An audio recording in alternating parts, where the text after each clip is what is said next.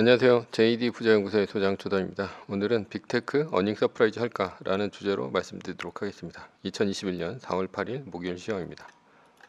시작하기 전에 먼저 자발적 구독료 부탁드립니다. 후원해 주시는 여러분 덕분에 좋은 컨텐츠가 제작될 수 있습니다. 하나은행 447-910064-6100 주식회사 JD 부자연구소. 여러분 잘 구독료 덕분에 잘 꾸려가고 있습니다. 2021년 3월 JD 부자연구소 7기 공지를 합니다. 부동산 강의는 마감이 됐고요. 주식 강의는 다음 주까지 모집을 하니 JD 부자연구소 인강 사이트에서 이제 신청을 하시면 됩니다. JD 부자연구소 인강 사이트는 구글에서 JD 부자연구소를 검색하시거나 동영상 밑에 링크를 따라오시면 됩니다. 뉴욕 마켓워치 연준 완화적 기조 재확인 주가 국채 달러 혼조 라는 기사가 있는데요. 어제 나스닥이 0.07% 하락했고 S&P 500 지수는 0.15% 올랐으며 다우존스 지수는 0.05% 올랐습니다. 이렇게 보면 기술주는 내리고 가치주는 오른 것처럼 보이지만 사실은 기술주 중에서 빅테크 주식들만 폭등했습니다. 그리고 소형 기술주가 모여있는 러셀 2000은 1.7% 폭락했습니다. 즉 실적이 나올 것 같은 기대되는 대형 기술주는 오르고 실적이 뒷받침되지 않는 소형 기술주들은 폭락했다는 말이 맞습니다. 메인 이슈입니다. 빅테크 어닝 서프라이즈 할까? 어제 빅테크는 폭발했습니다. 애플은 1.34%, 마이크로소프트는 0.82%, 아마존은 1.72%, 페이스북은 2.23%, 구글은 1.35% 등 빅테크 종목이 모두 1%대 이상의 폭등을 했으며 마이크로소프트, 페이스북, 구글은 사상 최고치를 기록 중입니다. 현재는 4월 어닝 시즌에 모두 어닝 서프라이즈를 기대하고 있다고 보이는데요. 어제 삼성전자 실적 발표를 했습니다. 한번 뜯어보겠습니다. 삼성전자 갤럭시 21 조기 출시 전략 적중 모바일 영업이익 반도체 넘어섰다 라는 기사가 있는데요. 아주 좋은 기사처럼 보이긴 하죠. 삼성전자가 7일 발표한 1분기 영업이익의 잠정치인 9조 3천억 원은 시장 컨센서스 9조 원을 훨씬 웃도는 수준이다. 그러니까 어닝 서프라이즈 했다는 얘기죠. 갤럭시 21과 갤럭시 A 시리즈 등 과감한 신제품 출시 전략이 통했다는 분석이다.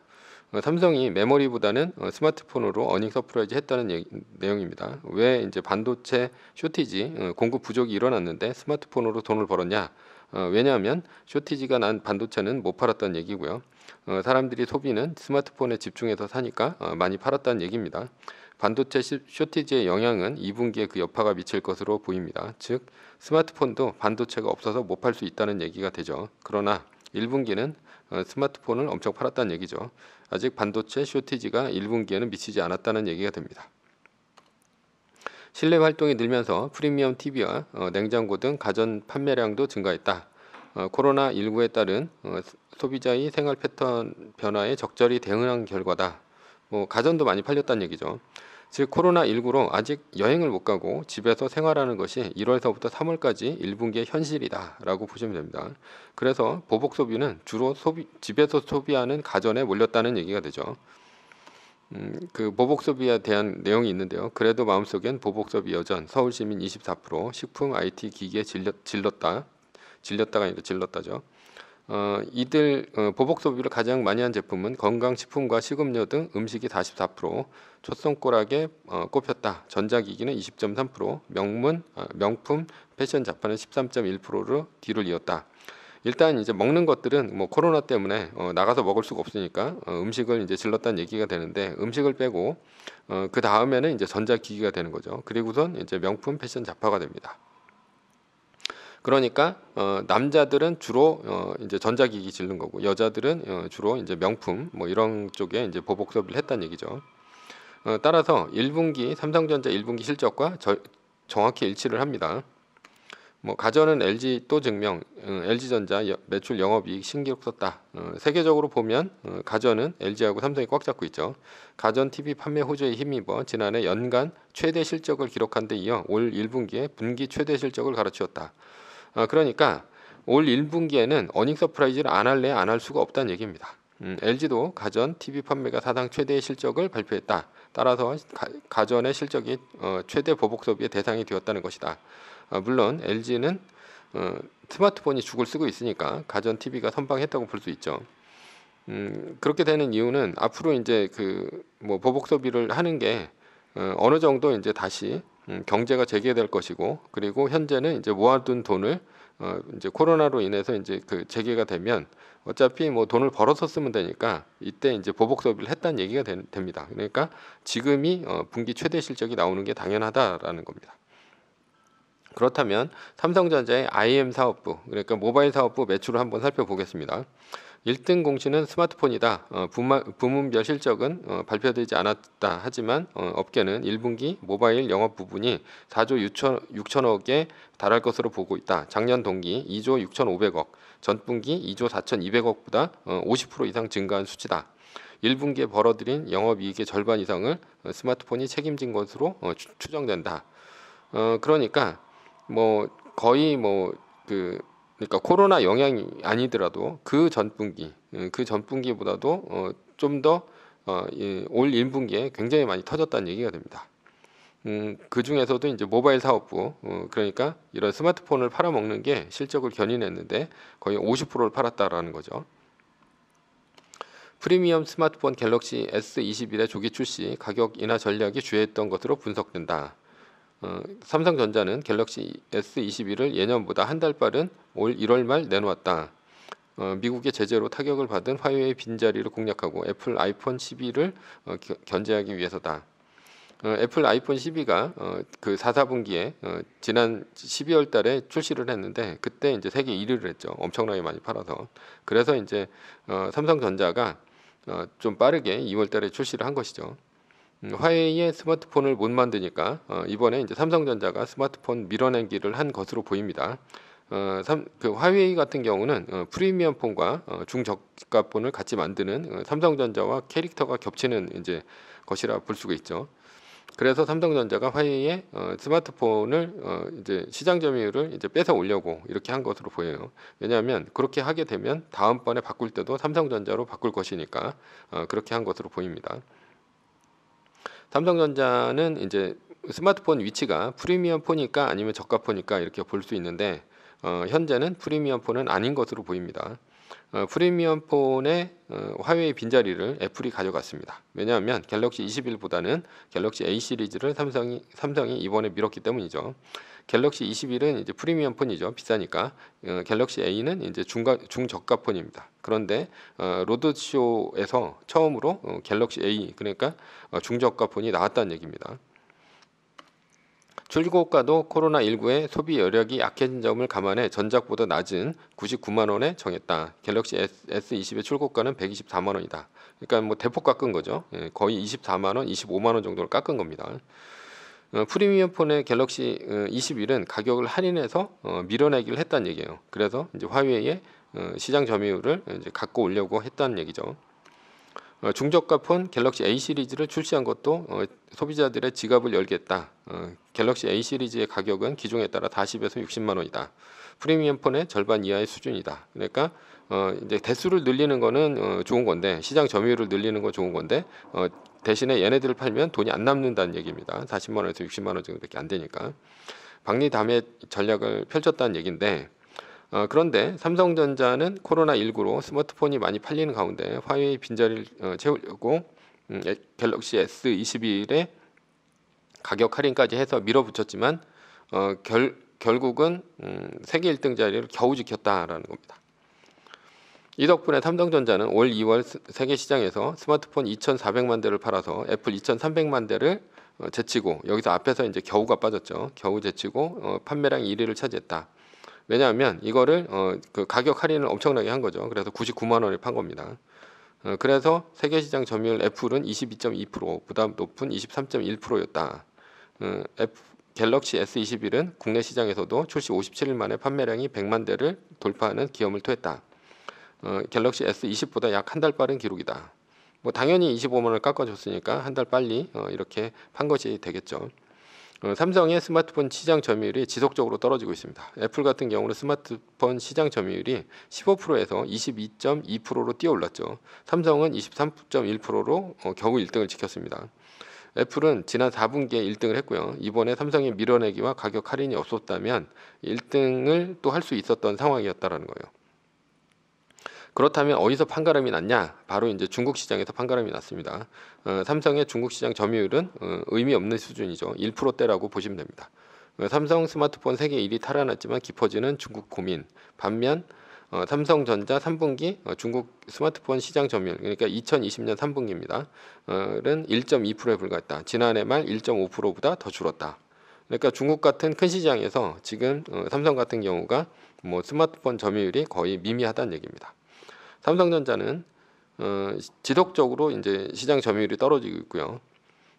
삼성전자가 왜 1분기에 갤럭시 21의 가격 할인과 40만 원대 중저가 폰의 갤럭시 A를 출시해가면서 무리하게 갔냐?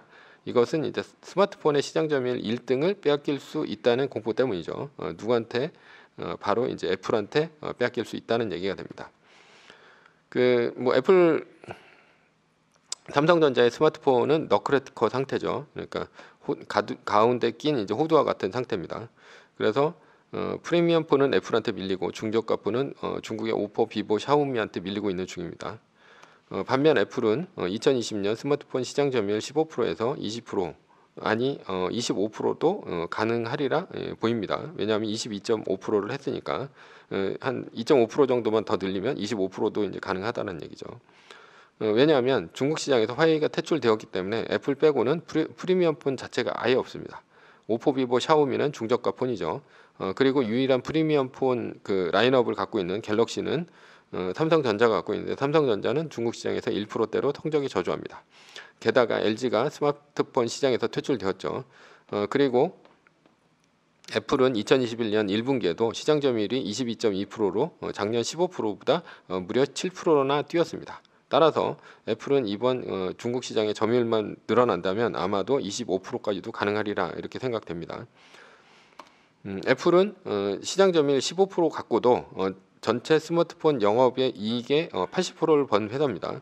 그래서 스마트폰 영업이익의 80% 독식이 이제 애플인 거고요. 삼성은 15%였다라는 게 이제 2017년 기사입니다. 그러나 지금은 애플이 더 많이 떨어졌죠. 애플은 지난해 스마트폰 시장의 영업이익 중 80% 가까이를 차지하며 압도적인 시장 지배력을 보인 것으로 나타났다라는 것이죠. 즉 애플은 이번 해에 시장 점유율을 25%를 달성하게 되면 영업이익도 80%가 아닌 85% 이상도 가능하다. 이렇게 볼 수 있습니다. 삼성전자의 1분기 실적을 다시 한번 살펴보겠습니다. 올 1월 무선 아이폰, 그러니까 무선 이어폰, 스마트 시계 등 착용형 웨어러블 기기, 태블릿 PC의 판매도 뭐 이제 기대 이상이었다라는 거죠. 기대 이상이었다라는 거고 이들 기기의 마진율이 높아서 영업이익 확대에 기여했다라는 거고 그리고 뭐 이렇게 갤럭시, 버즈 프로 뭐 이런 것들이 늘어나고 왜 늘어났나 봤더니 홈트적이 늘어나면서 운동량을 측정해주는 스마트 시계 판매량이 늘어났고 비대면 수업 때문에 태블릿 PC의 수요도 늘어났다 이런 얘기입니다. 그런데 비대면 수업, 홈트 뭐 이런 것들을 하면서 모바일 기기의 수요가 늘었다는 얘기인데 원조가 어디입니까? 그게 이제 애플의 에어팟 프로 그리고 애플 워치, 애플 아이패드 여기가 이제 그 원조가 되겠죠. 따라서 이번 1분기 실적에 애플이 아주 좋을 것으로 기대된다는 얘기입니다. 다만 이제 반도체 쇼티지 문제가 있죠. 그래서 1분기에는 작년에 재고를 갖고 이제 버텼을 가능성이 큰데요. 이번 2분기부터는 반도체가 모자랍니다. 오히려 가전의 수요를 더 끌어올리는데 코로나가 왜냐하면 이제 코로나가 오히려 가전의 수요를 더 끌어올렸는데 그 비대면 수업으로 노트북이 굉장히 많이 팔렸고요. 그리고 코로나 감염 위험 때문에 대중교통을 타지 않고 자가용을 훨씬 더 많이 탔다라는 것이죠. 그래도 전반적으로 반도체 쇼티지 문제가 있을 것으로 보입니다. 이것은 이제 애플도 예외일 수는 없어요. 그래서 애플은 안 팔리는 애플 미니의 생산량을 줄이고 있습니다. 아이러니하죠. 그 삼성전자는 갤럭시 S21을 가격 할인까지 해가면서 프리미엄 폰을 팔았는데 왜 그러냐? 그러니까 사람들의 주머니가 가벼워졌기 때문이다라고 했는데 애플은 오히려 아이폰 12의 미니를 생산량을 줄이는데 그 네 가지 라인업이 있습니다. 네 가지 라인업이 뭐냐면 아이폰 12, 아이폰 12 미니, 아이폰 12 맥스, 그 다음에 아이폰 12 맥스 프로 이 중에서 가장 싼 게 아이폰 12 미니입니다. 그런데 미니를 줄인다는 얘기는 딴 게 훨씬 더 많이 팔린다는 얘기고요. 아이폰 12 맥스 프로가 제일 많이 팔린다는 얘기가 됩니다. 그러니까 싼 것을 줄이고 비싼 것을 더 많이 팔기 위해서라는 얘기가 되는데요. 그 애플은 스마트폰이 없어서 못 팔고 있다는 얘기입니다. 그러니까 싼 것은 줄인다는 얘기인데, 오히려 갤럭시는 갤럭시 A 시리즈를 이제 발표를 하면서 중저가 폰을 이제 40만 원짜리 밀어 넣었다는 얘기죠. 그러니까 애플 같은 경우는 오히려 영업이익이 높아질 수 있다, 이렇게 볼 수가 있습니다. 그리고 중국 시장에서 의미 있는 시장 점유율이 나온다면 오히려 기회다라고 볼 수 있죠. 그리고 애플은 압도적인 모바일 기기에서 시장 지배자이기 때문에 TSMC에 압력을 가해서 반도체를 입도선매할 수 있죠. 왜냐하면 차량용 반도체는 가격도 엄청 쌉니다. 그런데 그 모바일용 반도체, 스마트폰에 들어가는 반도체는 엄청 비싸요. 그래서 TSMC의 라인을 거의 50%를 독점했다, 이런 얘기가 나오고 있어요. 이러면 애플 이외의 기업은 반도체 부족에 시달리지만 애플은 반도체 쇼티지 상황에서 오히려 생산 물량을 늘릴 수 있다, 이렇게 됩니다. 반면에 삼성은 어떠냐? 그 갤럭시 S21의 가격을 낮추고 있죠. 오히려 갤럭시 A를 밀어붙이고 있어서 시장 점유율만 높이려고 하고 있습니다. 물론 시장 점유율도 이번에 애플한테 밀릴 수 있죠. 결론입니다. 애플의 1분기 실적은 당연히 좋을 것이고 2021년 애플 실적도 스마트폰 시장 점유율 25%, 그리고 영업이익 85% 이상을 기록하면서 좋을 것으로 예상이 됩니다. 그러니까 올해 이제 애플이 오른다는 얘기입니다. 서브 이슈입니다. 미국은 중국의 동계올림픽 보이콧을 왜 하려고 하나라는 것이죠. 베이징 동계올림픽 보이콧 또 꺼낸 미 동맹국가 논의 검토. 미국의 국무부가 내년 2월 열리는 베이징 동계올림픽을 동맹국가와 함께 공동 보이콧할 가능성은 열어놨다. 중국의 신장 위구르 자치구 집단 학살 등 중국 내 인권 침해를 거론하면서다라는 것인데요. 미국이 중국의 신장 위구르 인권 침해를 이유로 중국 봉쇄에 나서려고 하고 있습니다. 이런 일이 과거에 없었던 것은 아니죠. 소련의 아프가니스탄 침공을 이유로 소련에서 열리는 1980년 모스크바 올림픽 보이콧을 했습니다. 한국을 비롯한 자유주의 80개국이 미국과 함께 불참을 했죠. 이후 이제 소련 같은 경우 이제 미국에 대한 보복으로 1984년도에 열린 LA 올림픽을 보이콧했습니다.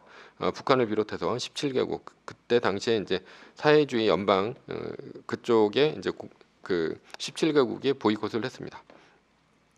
소비에트 연방이죠. 미국은 신냉전으로 가려 하고 있습니다. 그러려면 네 편이 확실하게 갈려야 됩니다. 그것이 베이징 동계올림픽을 계기로 갈릴 것으로 보입니다. 일단 미국의 파이브 아이즈 동맹국인 영국, 캐나다, 호주, 뉴질랜드 등 확실히 미국 편입니다. 그리고 쿼드 참가국인 인도, 호주, 일본도 미국 편으로 보여요. 게다가 EU 회원국도 이번 신장 위구르 인권 문제에 동참하는 것으로 봐서 EU도 미국 편으로 갈 것으로 보입니다. 여기서 이제 가장 애매한 나라가 바로 한국입니다. 그러나 미국에서는 베이징 동계올림픽이 미국과 중국 사이에서 갈등하는 박쥐를 확실하게 걸러낼 수 있는 기회이기도 합니다.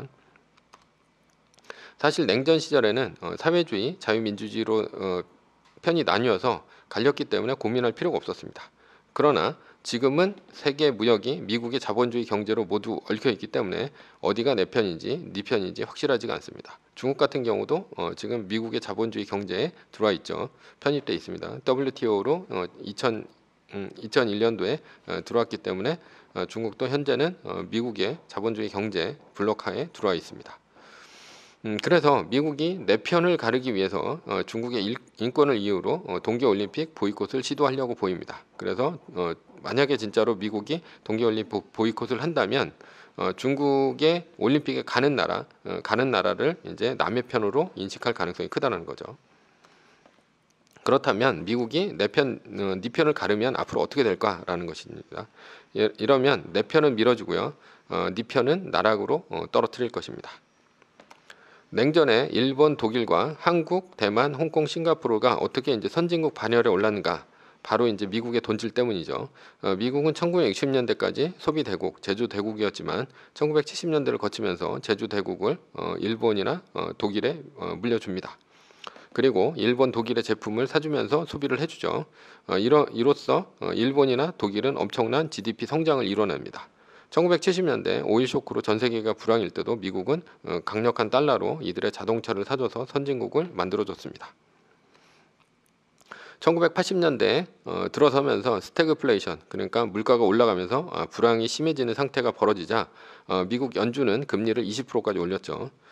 그러니까 무위험 수익인 미국 국채가 20%까지 올라가자 세계의 모든 돈은 미국으로 몰렸고요. 세계는 달러 부족 사태를 겪었습니다. 이때 미국은 독일, 일본의 공산품과 자동차를 사주면서 미국의 달러를 퍼주었고 이들은 오히려 이때 엄청나게 발전을 합니다.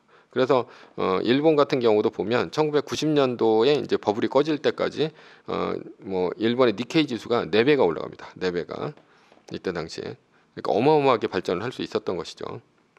우리나라도 이 당시 달러비 때문에 고생을 했지만 미국으로 수출할 수 있었기 때문에 미국의 달러를 받아올 수가 있죠. 그러나 소련의 공산주의 블록과 친한 아프리카, 남미 국가들은 죄다 디폴트를 겪었습니다. 남미의 22개국 중 21개국이 이 당시 디폴트를 선언을 했는데요. 그러나 소련은 아무것도 이제 도와줄 수가 없었죠. 미국이 금리를 올리면 미국의 달러 빚을 진 나라들은 이중 고통을 겪게 됩니다. 일단 금리가 올라가기 때문에 금리 부담이 커지고요. 그리고 달러 가치가 뛰기 때문에 갚아야 할 달러 빚의 규모가 크게 늘어납니다. 그렇기 때문에 달러 부족으로 인해서 디폴트를 선언할 수밖에 없죠. 한국도 1997년 IMF 위기를 겪은 것이 과도한 대출에 이은 일본 자금의 달러 단기 자금 대출 회수, 그러니까 일본이 달러 자금을 단기로 빌려줬었는데 요거를 이제 회수를 해버린 것이죠. 그러나 일본을 욕할 필요는 없습니다. 임창열 재경부 전 장관이 일본의 단기 부채 회수 문제로 갔을 때 이미 이제 일본의 장관은 고개를 이제 절레절레 흔들었다고 그래요. 왜 그러냐면 미국의 로버트 루빈 재무부 장관에게 미리 언지를 받아서 한국한테는 돈을 빌려줄 필요가 없다, 이런 얘기를 들었다는 얘기죠. 즉 미국이 한국의 IMF 위기를 설계한 것이다. 한마디로 이제 한국은 미국의 빨래질을 당한 것이다라고 볼 수 있습니다. 미국은 이번 동계올림픽으로 내 편, 네 편이 갈라지면 금융 공격을 준비할 것으로 보여요. 그러려면 1980년대와 같은 스태그플레이션과 같은 물가 상승을 이끌어낼 것이고, 그로 인해서 물가가 올라가면 미국은 금리를 올려서 미국 편이 아닌 나라들의 달러를 쭉 빨아들일 것으로 보입니다. 그래서 이번에 이제 바이든이 1조 9천억 달러의 부양책 이후 2조 달러의 추가 부양책을 발의한 것은 아닌가, 이런 의심이 듭니다. 일부러 물가 상승을 이끌어내려는 의도가 아닌가, 이런 이제 의심이죠. 미국 편은 달러 대출을 받거나 아니면 미국이 물건을 사주면서 달러를 결제해줘서 미국 달러가 그 나라로 갈 것이고, 그리고 미국 편이 아닌 나라들은 달러 부족으로 디폴트를 겪을 수도 있습니다. 한국은 잘 선택해야 됩니다. 다만 개인적으로도 선택이 중요하다, 이렇게 보입니다. 결론은 달러 자산에 내가 투자하면 한국이 잘못된 선택을 하여도 개인적으로는 해지가 가능하다라는 게 결론입니다. 매뉴얼입니다. 주식 매수일은 마이너스 3% 같은 2021년 3월 18일에 한 달 플러스 1일 이후인 2021년 4월 19일이다. 두 번째, 8거래일 상승은 마이너스 3%가 끝나는 신호다. 세 번째, 세계 1등 주식이 더 떨어지면 정해진 비율대로 말뚝박기를 하자. 말뚝박기는 JD 부자연구소 다음 카페를 오시면 이제 자세히 알 수 있습니다. 세 번째, 전제는 세계 1등 주식은 우상향 한다라는 것이고요. 위의 상황은 매뉴얼일 뿐입니다. 따를 사람은 따르고 참고할 사람은 참고하시면 됩니다. 주식을 사고 파는 것에 대한 모든 책임과 이득은 본인에게 있습니다. 매뉴얼을 지키다가 포모가 두렵다면 매뉴얼을 지키지 말고 마이너스 3%대 판 가격보다 단 1불이라도 떨어졌다면 전량 매수하시기 바랍니다. 오늘은 빅테크 어닝 서프라이즈 가능할까라는 주제로 말씀드렸고요. 지금까지 JD 부자연구소의 소장 조던이었습니다. 콘텐츠가 좋았다면 구독, 좋아요, 알람 설정 부탁드립니다. 감사합니다. 감사합니다.